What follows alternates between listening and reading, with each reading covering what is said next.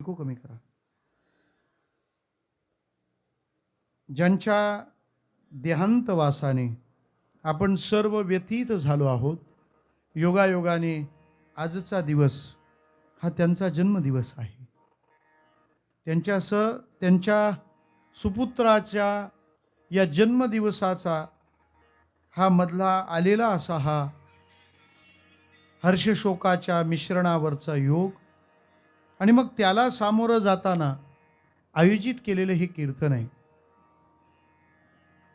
खरं तर कीर्तनाला जो जाणतो तो कीर्तनावर प्रेम करतो. त्यामुळे जो कीर्तनावर प्रेम करत नाही याचा अर्थ कीर्तन प्रेम करण्यासारखं नाही असा होत नाही, तर कीर्तनावर प्रेम नाही म्हणजे त्यांनी कीर्तन जाणलं नाही. विठ्ठला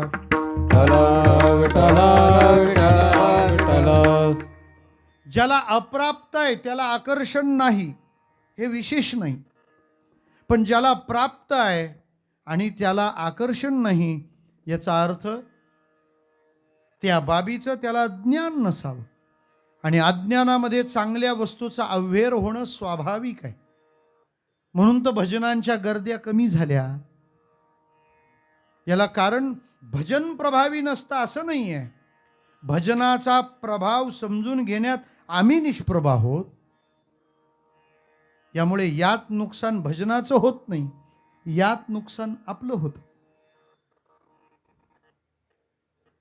काय झालं, विनावाहक विना थांबाशी एक बस असते.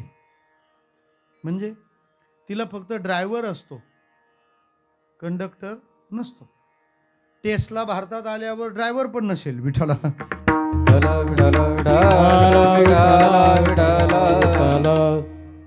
मग वाड्याला जाणाऱ्यांची सगळ्यांची तिकीटं कुठं काढून घेतली जातात? कुडूसलाच. सगळ्यांची तिकीटं काढून घ्यायची आणि मग ते बसमध्ये सोडायची. वाड्याला त्यांनी उतरावं. एक त्या रांगेत असाच होता. झाली सगळ्यांची तिकीटं काढली, दिले बसमध्ये चढून, बस गेली निघून. ज्यांनी तिकीटं काढली होती ना त्याच्यातलं एक जण तिथंच राहिला आणि तो बोलायला लागला, आज मी एसटीला फसवलं. लोकांनी विचार केला, बरेच जण तेच काम करतात, आता तू आणखी काय केलं? विठ्ठल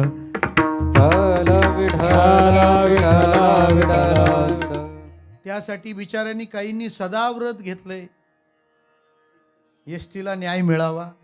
तो न्याय देता देता चष्मा मोठा झाला त्यांचा. मला काय म्हणायचं आहे, तो खाली थांबला आणि जोरात ओरडायला लागला, काय एसटीला मी फसवलं, एसटीला मी फसवलं.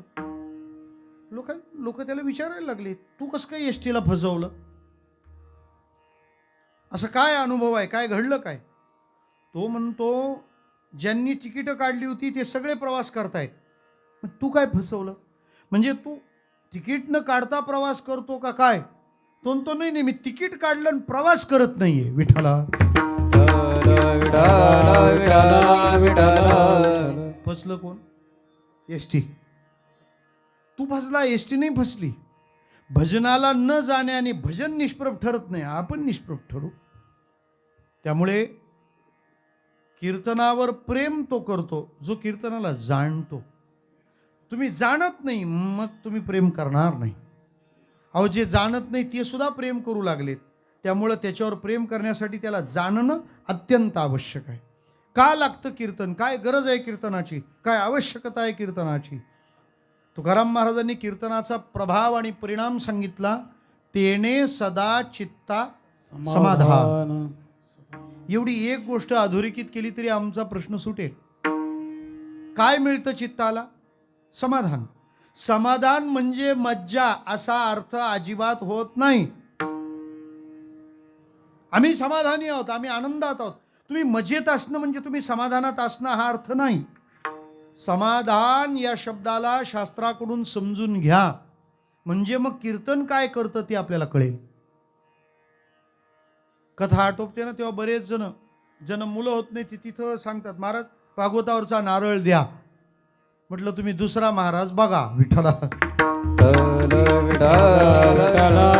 हा तुमची श्रद्धा भावना त्याला फळ मिळेल, बरोबर आहे. पण भागवत ऐकल्याचा असा काही भौतिक परिणाम या आशेनं तिथं जाणं कितपत योग्य आहे? मग कीर्तनाने समाधान मिळतं म्हणजे काय होतं? गोष्टी मनासारख्या होऊ लागतात, निर्धनाला लॉटरी लागते, बेरोजगाराला नोकरी मिळते, माळरानातून समृद्धी, नाही तर बडोदा हायवे जातो. नेमकं होतं काय? कीर्तन ऐकल्यावर घडतं काय आम्हाला कळेल. संतांनी शब्द वापरलाय, कीर्तनाने समाधान मिळतं. मग समाधान म्हणजे काय? त्याची व्याख्या शोधा. विचारसागर नावाचा एक ग्रंथ आहे, त्या ग्रंथात समाधानाचं डेफिनेशन असं मांडलंय, चित्त एकाग्र संपन्न झाल्यावर त्या एकाग्र संपन्नास जी स्थिती लाभते तिला समाधान असं म्हणतात. कोणाला स्थिती आहे? कोणती स्थिती आहे? चित्त एकाग्र झालं, चित्त स्थिर झालं, चित्त शांत झालं, मग तिथं जे असतं ते समाधान. मग चित्त स्थिर केव्हा राहत नाही त्या जागा शोधा. केव्हा राहत नाही चित्त स्थिर? मनाच्या विरुद्ध झाल्यावर किंवा मनासारखं झाल्यावर सुद्धा. विठ्ठला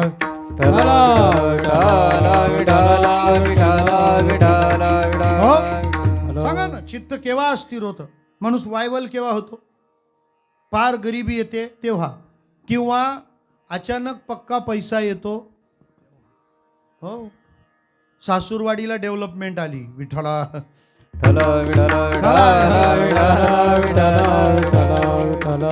म्हणजे अगदी मनासारखं झाल्यावर किंवा अगदी मनाच्या विरुद्ध झाल्यावर माणसाचं चित्त अस्थिर होतं.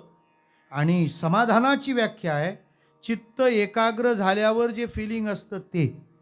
म्हणजे चित्त अस्थिर होण्याच्या जागा दोन, एक अगदी सुखाचं आणि एक अगदी दुःखाचं.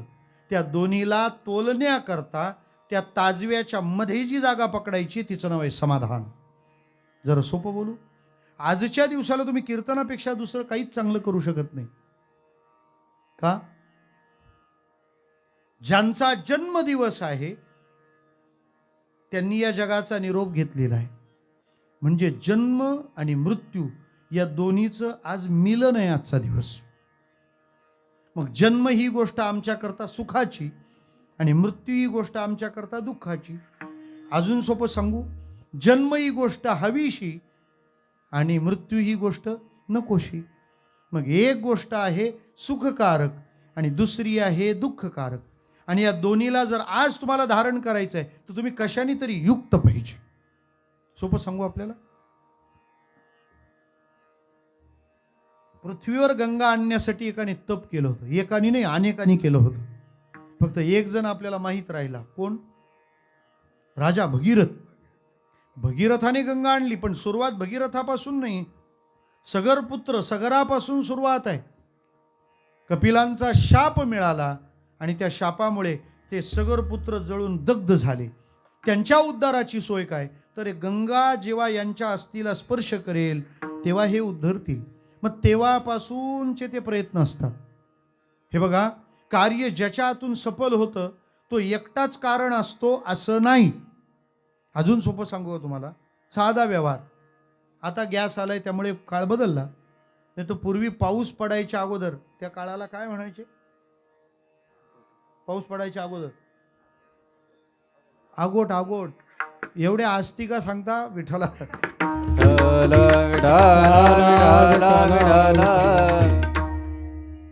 आम्ही काय राबणीला बोलवणार आहोत काय तुम्हाला आगोट सांगितली तर? मग त्या आगोटीच्या वेळेला खूप कामं असतात शेतकऱ्यांना. म्हणजे बांध बंदिस्ती झाली पाहिजे. वाडा तालुका फक्त आता बघण्यासारखा आहे शेतीच्या बाबतीत, बाकी सगळं लोपलंय आता. वाडा कोलम जिवंत आहे. विठ्ठला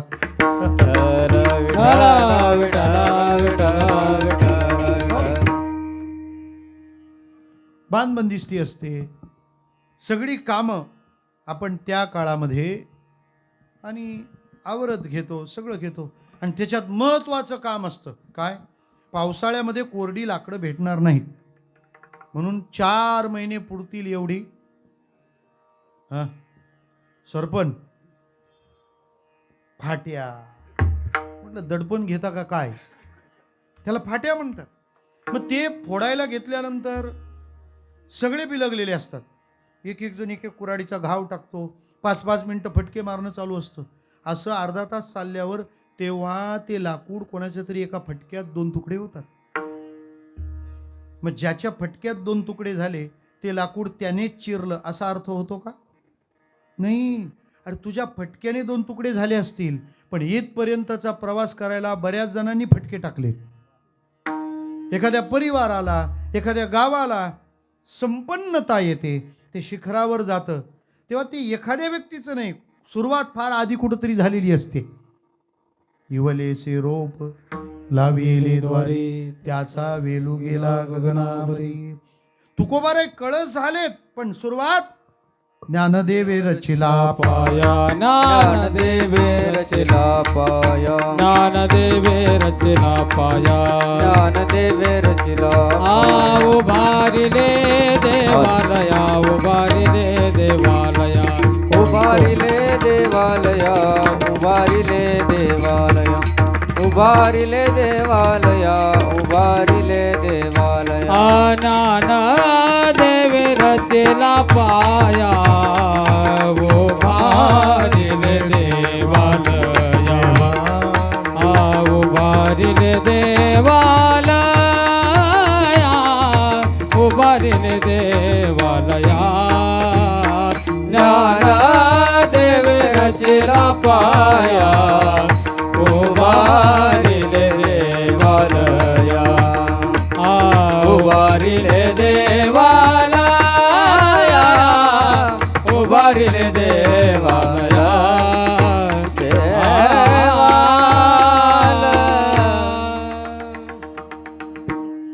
म्हणजे भाऊंचा सगळ्यात चांगला वाढदिवस आज संपन्न होतोय असं मला वाटतं.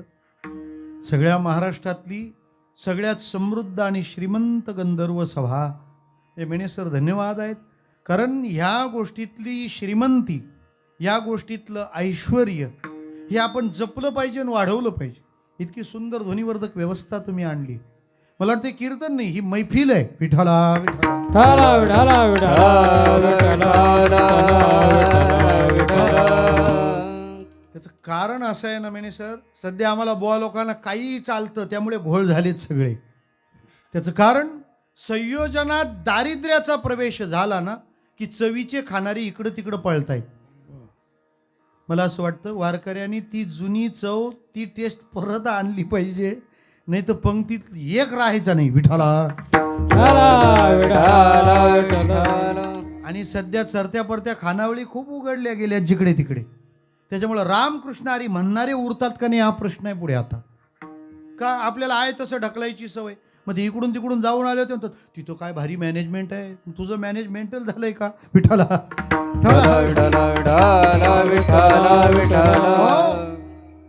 ज्ञानदेवे रचिला पाया आणि तुका झाला असे कळस. मला वाटतं एवढा वेळपर्यंत कोणतीच बिल्डिंगचं बांधकाम चाललं नसेल. हां, 13व्या शतकात जिचं फाउंडेशन घेतलंय तिचा कळस बसायला 17वं शतक लागलं. काही इमारत असेल. आणि नियम असा आहे, जे उभं राहायला खूप वेळ लागतं ना, मग ते टिकतं पण तेवढंच. वडाचं झाड बियातून बाहेर यायला फार वेळ घेतं, पण प्रलयात पण आहे. बाकी मेथीच्या भाजीला विचारूच नका, पेरली का 5 दिवसात उगवते, 10 दिवसात उपटते. विठाला विठाला विठाला विठाला विठाला विठाला 15 दिवसात गेल्यावर ते लोक विचारतात इथं काय लावलं होता, म्हणजे मेथी. कधी गेली पण कल्याणला. कल्याण असो मेथीचं. मला म्हणायचं काय, इतका काळ गेला ना. मग भगीरथाने प्रयत्न केले, त्याला यश आलं, पण मग गंगे करता तप करत होते, त्याला एक तप वाढलं आणखी. कारण गंगा प्रसन्न झाल्यावर काय म्हणाली माहितीये, मी तिकडून येईन, पण माझा वेग एवढा आहे. गंगेच्या वेगाबद्दल कोणाला जर डाऊट असेल तर एकदा ऋषिकेशला जाऊन या. नका ऋषिकेशला, हरिद्वारला तरी जाऊन या. सगळीच कामं हाडांवर ठेवू नका. देवानं संपन्नता दिली आहे, शहापूरला तर समृद्धी दिली आहे. थोडा खर्च होऊ द्या ना. इथंच किती कडमडता अजून. जवळ हे सकळ सिद्ध आहे, हात चालवा. आता आपण पोरांना सांगतो काय, भारत माझा देश आहे, सारे भारतीय माझ्या देशावर माझे प्रेम आहे. अरे पण तू देश दाखवलाच नाही, त्याचं प्रेम जडेलच कसं. भारत या देशावर प्रेम करा, हे सांगायची गरज नाही, तो बघितला की तुम्ही प्रेम कराल. तुम्ही भारत देश दाखवला पाहिजे. त्याला भारत देश दाखवला असता तर त्यांनी देशीवर प्रेम नसतं केलं. विठाला विठाला विठ्ठल विठ्ठल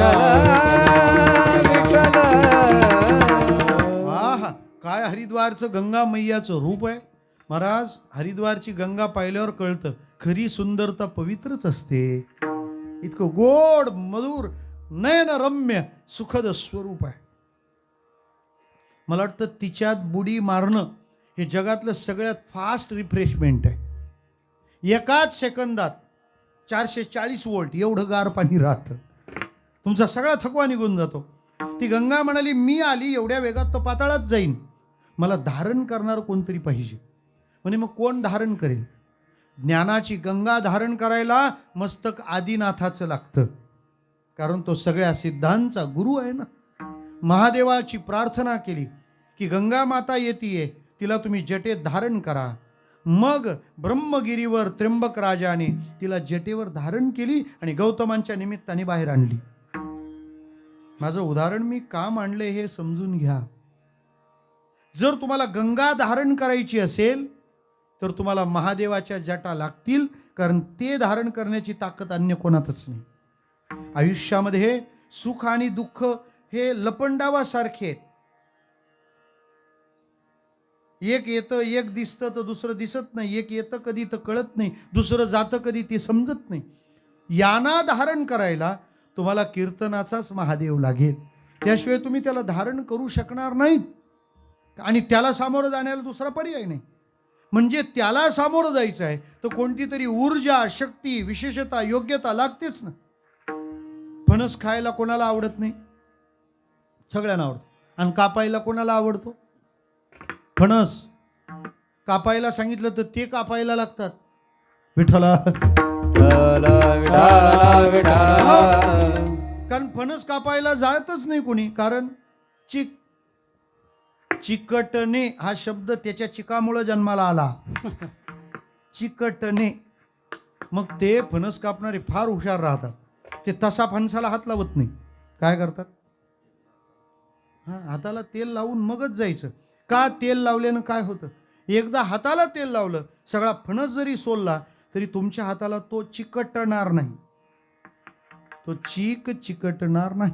जसं फणसात हात घालायचा आहे तर हाताला तेल लावलं पाहिजे. गंगा जर पृथ्वीवर आणायची आहे तर धारण करायला महादेव पाहिजे. जन्म आणि मृत्यूचे मुहूर्त एकाच जवळ आले असतील तर त्याला सामोरं जायला कीर्तनच पाहिजे. विठाला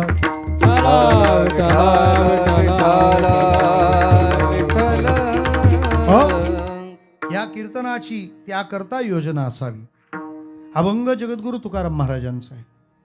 या अभंगातून महाराजांनी संपन्न माणसांना सूचना केल्या. लक्षात घ्या, कवी मनाच्या माणसाकरता रचना कराव्या,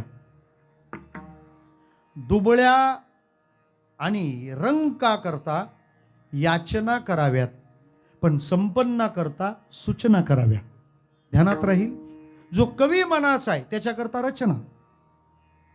आजही संतांचे अभंग अर्थाला झोमण्यापेक्षा गाण्यातच रमलेले फार छान आहेत. मग पिंगळ्यापासून पार दातवानापर्यंत विठ्ठला.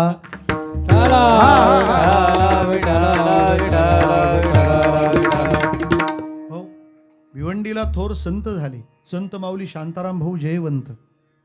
आपण ऐकून असाल. एकनाथ मंदिर आहे मंडईला, अद्भुत स्थान आहे. जगात इतकी दिव्य समाधी दुसरी नाही. एका समाधीत 2 संत आहेत. ते जेव्हा भजन म्हणजे भिवंडीचं भजन आमच्याकडे म्हणतात असं बरं का उत्सवात, भिवंडीचं भजन आणि डहाणूचं भोजन. जेवलेत तुम्ही आता? विठाला. फक्त एकटेच होते एवढंच. भिवंडी सारखं भजन नाही, डहाणूला भोजन नाही. तिथला उत्सव असतो ना तेव्हा भंडाऱ्याच्या पंक्तीला किमान 22 पदार्थ असतात. विठाला. आणि फक्त जे आतमध्ये बसले त्यांनाच नाही, समर्थाची या पंक्ती भोजने तळील्या वरिल्या एकची पक्वान्य. त्या भजनामध्ये सगळे रमायचे. तेव्हा भाऊराय एक वाक्य सांगायचे, एक वाक्य बोलायचे, शब्दाकडे लक्ष द्या. कारण बऱ्याचदा भजनं जेव्हा गायली जातात तेव्हा सूर ताल लय याने ते अत्यंत रम्य होतात. इतके रमतात की माणसाला समाधी लागते. आमच्या सरांची कन्या कनिष्का इतकं गोड भजन करते, आपण त्याचा आस्वाद घेणार आहोत. त्या भजनामध्ये त्या पदांना त्या स्वरांनी सजवलं की माणूस ते पाहतच राहतो. पण त्या पलीकडे त्या अर्थाला झोमण्याची आपल्या जीवनाकरताची नितांत आवश्यकता असते. पण जो कवी मनाचा आहे त्याने अभंगाकडे रचना म्हणूनच पाहावे. मी दुसरा सांगितलंय, जो रंक आहे त्याच्याकरता या अभंगात याचना आहे. म्हणजे त्या सगळ्यांना देवा सगळं काही मिळू दे अशी अपेक्षा असते, अपेक्षा आहे. आणि संतांच्या तशा रचना आहेत. अकल्प आयुष्य व्हावे तया कोळा अकल्प आयुष्य व्हावे तया कोळा अकल्प आयुष्य व्हावे तया कुळा अकल्प आयुष्य व्हावे तया कुळा अकल्प अकल्प आयुष्य व्हावे तया कुळा अकल्प आयुष्य व्हावे तया कुळा अकल्प आयुष्य व्हावे तया कोळा अकल्प आयुष्य व्हावे तया कोळा माझी आस कळा हरीच्या दासा माझी आस कळा हरीच्या दासा अकल्प आयुष्य व्हावे तया कुळा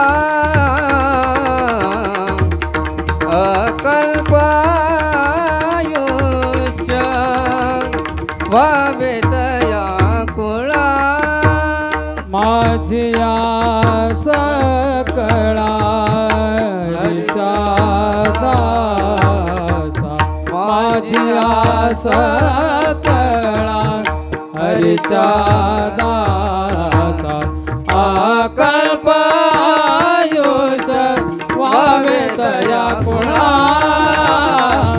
अकल्प आयुष्य व्हावे तया कोळा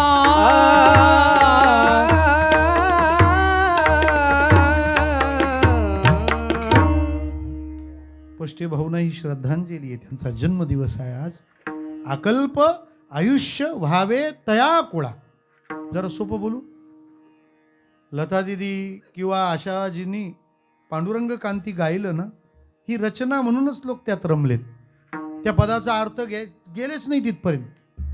पांडुरंग कांती दिव्य तेज जळकती रत्न केळ फाकती प्रभा.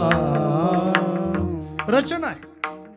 अकल्प आयुष्य व्हावे तया कुळा ही याचना आहे. मग उरली ती सूचना. कुठं आहे? पहिल्या चरणापासून. क्षणक्षणाचे करावा विचार करावया पार भवसिंधू करावया पार भवसिंधू करावया पार भवसिंधू क्षणक्षणाचे करावा विचार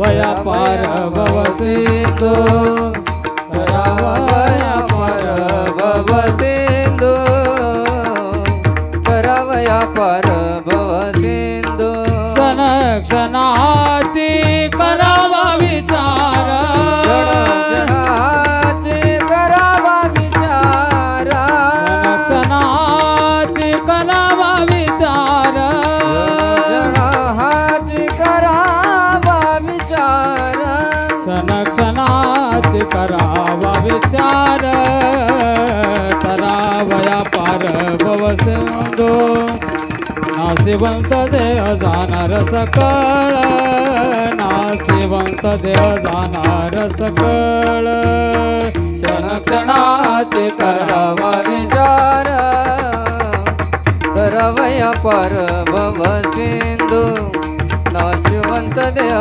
जाणार सकळ नाशिवंत देह जाणार सकळ क्षणाची करावा विचार करावया पार भव सिंधू करावया पार क्षणाची करावा विचार करावया पार भव सिंधू करावया पार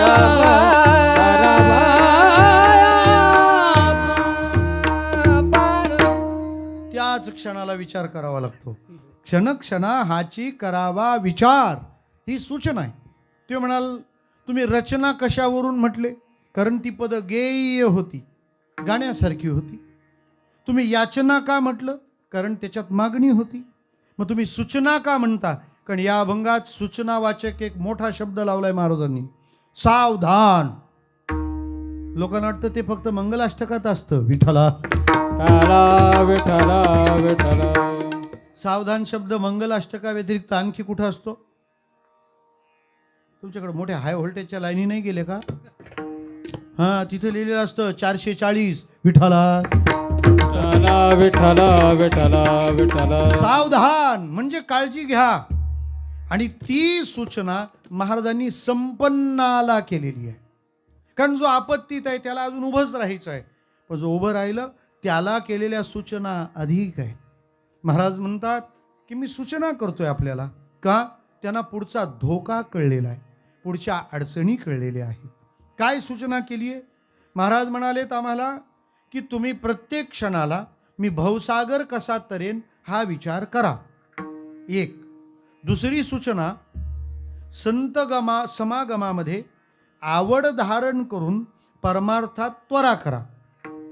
आणि तिसरी सूचना आहे की तुम्ही तुमच्या आयुष्यात वावरताना असे मी कोणीतरी मोठा आहे अशा अभिमानाचा धूर आपल्या डोळ्यात होऊ देऊ नका. सूचना किती? 3. या 3 सूचना देण्याचं कारण एकच, नाशिवंत देह. विठ्ठला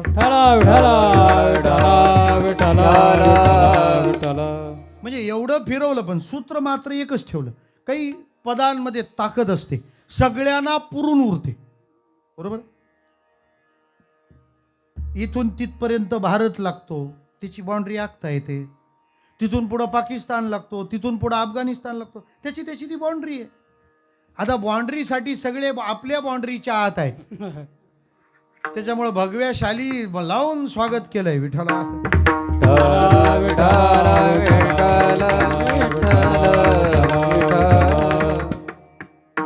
असू द्या, आता बाबरच्या नशिबी तेच आहे, त्याला करता काय सगळीकडे विठ्ठला.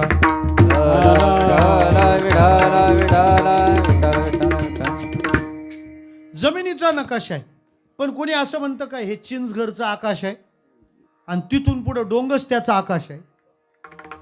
आकाशाला नकाशा नसतो विठ्ठला. सर्वत्र संपूर्ण गगन जैसे. तुमची गावं खाली काय डोंगर दरी आकाशाला घेणं नाही, आकाश सगळ्याला पुरून उरतं. तशी काही पद आहेत ना, सगळ्यांना पुरून उरतात आणि उरून पुरतात. पूर्वी गावाला काय अडचण आली ना तर ते लोक पाटलाला भेटायला जायचे. म्हणजे पूर्वी गाव अडचणीत आल्यावर पाटील अडचणी सोडवायचा विठ्ठला. पुढचं वाक्य बोलून पाटील अडचणीत येऊ इच्छित नाही. मला म्हणायचं काय, मग ते काही प्रॉब्लेम असला तर ते त्यालाच विचारायला जायचं. काही गाडी कोणती घेऊ, कुठल्या वाराला चालू करू, कुठल्या रस्त्याने जाऊ, सगळं तिकडंच विचारायचं. श्रद्धा म्हणून ठीक आहे, पण शेवटी आयुष्यात आता तुम्हाला तुमचे निर्णय करावे लागणार आहेत. प्रत्येक वेळेला हे कसं करू ते कसं करू किती वेळा जाल विठ्ठला. कारण आमची भगवद्गीता म्हणते की उद्धरेदात्मनात्मानं नात्मानं अवसादेत. लक्षात ठेवा, गीता ऐकल्यावर अर्जुनाने विचारलं होतं कृष्णाला, काय? करिष्ये वचनम तव, सांग, तू सांगशील ते मी करीन. भगवान असं नाही म्हणाले, आपला एक पठ्ठ्या तयार झाला, आपण सांगू तसंच करतो, असं नाही म्हणाला भगवान कृष्ण. भगवान कृष्ण म्हणाले, तू अख्खी गीता ऐकली, आता तुला काय योग्य वाटतं ते कर. विठ्ठला विठ्ठला. विठ्ठला विठ्ठला विठ्ठला. निर्णयाचे काही प्रयोग केल्याशिवाय तुमच्यातल्या प्रत्युत्पन्न मतीचा उद्भव कसा काय होईल? मला काय म्हणायचं आहे, गाडी कोणत्या दिशेला घेऊन जावी हे पण जर तुम्ही मला फोन करून विचारत असाल, मग तुमच्या हेल्मेटमध्ये जे डोकं आहे तो मेंदू दिलाच कशाला देवाने? अख्ख्या गावाचे एक सार्वजनिक मेंदू. विठ्ठला.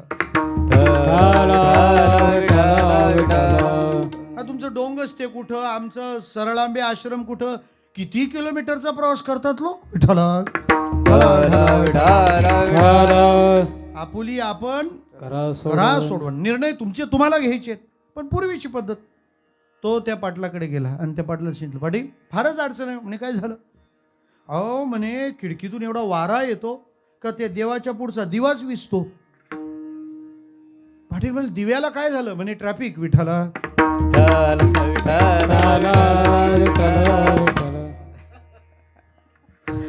दिव्य आहे मोठं, पण जाऊ दे, अंधार तिथंच असतो. विठ्ठला.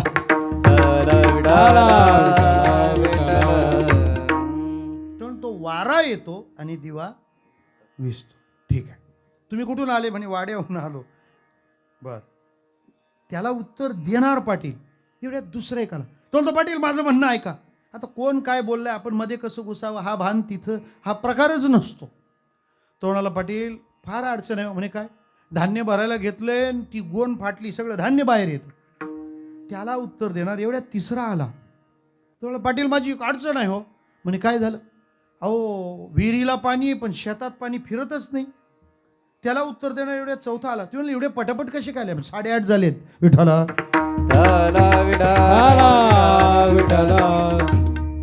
चौथा आला. तो म्हणला, काय झालं? तू बायको फारच भांडते गड्या, काय करावं कळे ना. त्याला उत्तर देणार कितवा आला? तिसरा का चौथा? पाचवा आला. म्हणजे तुझी काय अडचण आहे? तो म्हणतो, माझी मोठ फाटली आहे, विहिरीतून पाणी वर उचलते ना, काय करावं समजत नाही. त्याला उत्तर देणार एवढ्यात सहावा आला. पण तुझा काय प्रॉब्लेम आहे? तो बायको मेली, काय करावं कळे ना. पाटलाने सगळं ऐकून घेतलं आणि सांगितलं, बाबांनो तुम्ही सगळ्यांना एकच सांगणं, पाठ लावा. आता हे पाटलाला विचारू नका कसं काय करायचं ते. प्रत्येकाचे प्रश्न पुढे उभे करा बघू. पहिल्याने काय प्रॉब्लेम सांगितला? बोला. खिडकीतून वारा येतो आणि दिवा विझतो. आणि उत्तर काय सांगितलंय? पाठ लावा. म्हणजे बसायचा जो पाठ आहे तो उचल आणि असा दे लावून, वारा थांबून जाईल, दिवा विझणार नाही. दुसऱ्याची समस्या तुम्ही लक्षात ठेवलं नाही, ही तिसरी समस्या आहे. आता धान्याची गोण फाटली, मग गोण पाठ लावा. तिसरं, विहिरीला पाणी, अरे मग पाठ लाव ना, पाटाने पाणी सगळीकडे जातं. पुढं बायको भांडते, पाठ लाव म्हणजे दुर्लक्ष कर, तिला काय करायचं ते करू दे, तू तुझं समाधान बिघडवू नको. पाचव्याचा प्रॉब्लेम, मोठ फाटली ती मोठ पाठ लाव, खालून अस्तर लावतात ना, होऊन जाईल. आणि सहावा, बायको मेली, पाठ लाव. विठ्ठला.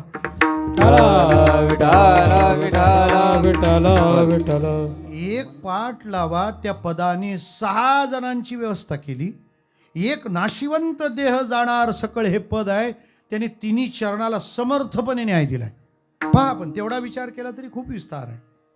काय सूचना केली? तुम्ही प्रत्येक क्षणाला हाच विचार करा की मी भाऊसागर कसं काय तरुण जाईल. लोकांनी विचारलं, हा विचार प्रत्येक क्षणाला का करायचा? महाराज म्हणतात, नाशवंत देह जाणार सकळ आयुष्य खातो काळ सावधान. काळ आयुष्य खाणार आहे, त्याच्या आत तू विचार करायचा आहे. कोणत्याही क्षणाला जर तो येऊ शकतो तर त्याच्या आत कोणत्या तरी क्षणाला तू हे कर. विठ्ठला.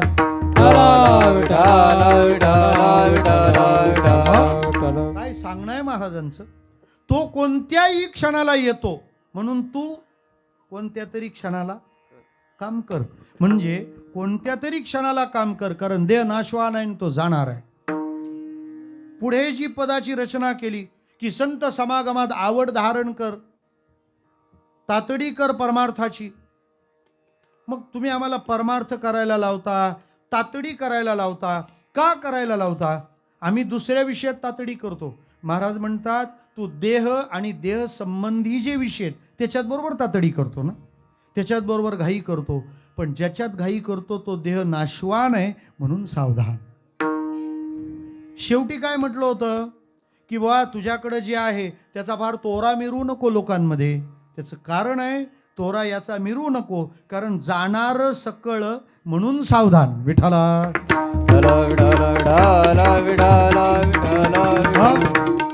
हा अभंग रातीला घेऊन घेऊन बेजार झालाय, त्याच्यामुळे मी आता प्रॉडक्ट काय देतोय ते थोडं ध्यानात ठेवा.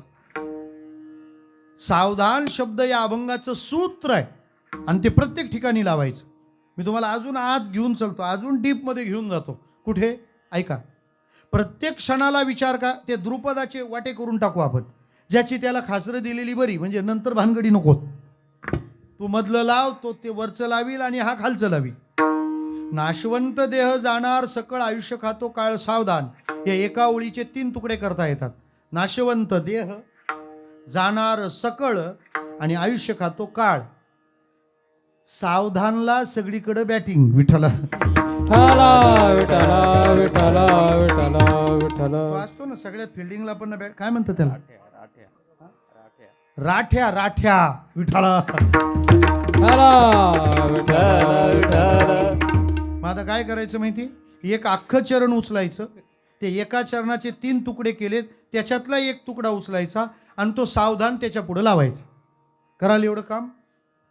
करायलाच लागेल. आता क्षणक्षणा हाची करावा विचार, तरावया पार भव सिंधू. कारण आयुष्य खातो काळ म्हणून सावधान. होळीचा क्रम लक्षात राहील. क्षणक्षणा हाची करावा विचार, तरावया पार भव सिंधू. हे लिहिलं.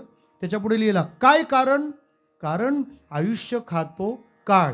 काळ नाशवंत देह जाणार सकळ.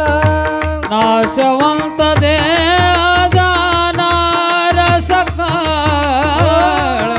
नाशवंत देह जाणार सकळ. नाशवंत देह जाणार सकळ. नाशवंत देह जाणार सकळ. नाशवंत देह जाणार सकळ. नाशवंत देह जाणार सकळ. ऐश खातो काळ सावधान. ऐश खातो काळ सावधान. नाशवंत देह जाणार सकळ. नाशवंत देह जाणार सकळ. आयुष्य खातो काळ सावधान. आयुष्य खातो काळ सावधान. नाशवंत देह जाणार सकळ.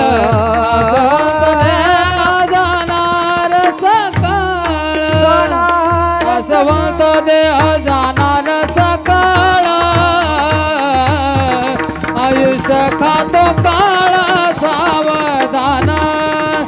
आयुष्य खातो काळ सावधान. नाशवंत देह जाणार सकळ. आयुष्य खातो काळ सावधान. आयुष्य खातो काळ सावधान.